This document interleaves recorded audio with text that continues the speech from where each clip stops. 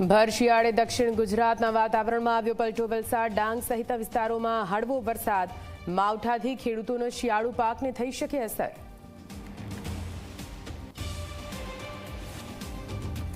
કાચા હીરાના ભાવ ઘટતા હીરા ઉદ્યોગને મોટી રાહત. ભયંકર મંદી વચ્ચે હીરા વેપારીઓને દેખાયું આશાનું કિરણ. સસ્તા લેબ્રોન ડાયમંડની વધી રહેલી માંગથી થઈ અસર. બનાસકાંઠામાં બ્રાન્ડેડ ઘીના લેબલ સાથે નકલી ઘી વેચાતો હોવાનો ખુલાસો. ચડોતર પાસે ઘીના ગોડાઉનમાં દરોડા પાડતા થયો ખુલાસો. 1.5 લાખથી વધારેનો મુદ્દામાલ જપ્ત કરવામાં આવ્યો. અમદાવાદ મહાનગરપાલિકા સંચાલિત લાઇબ્રેરીની સલામતી પર ઉઠ્યા સવાલ. ઘાટલોડિયાની લાઇબ્રેરીમાં વાંચતા યુવાન પર પડ્યો પંખો. લાઇબ્રેરીમાં જતા ડરી રહ્યા છે લોકો.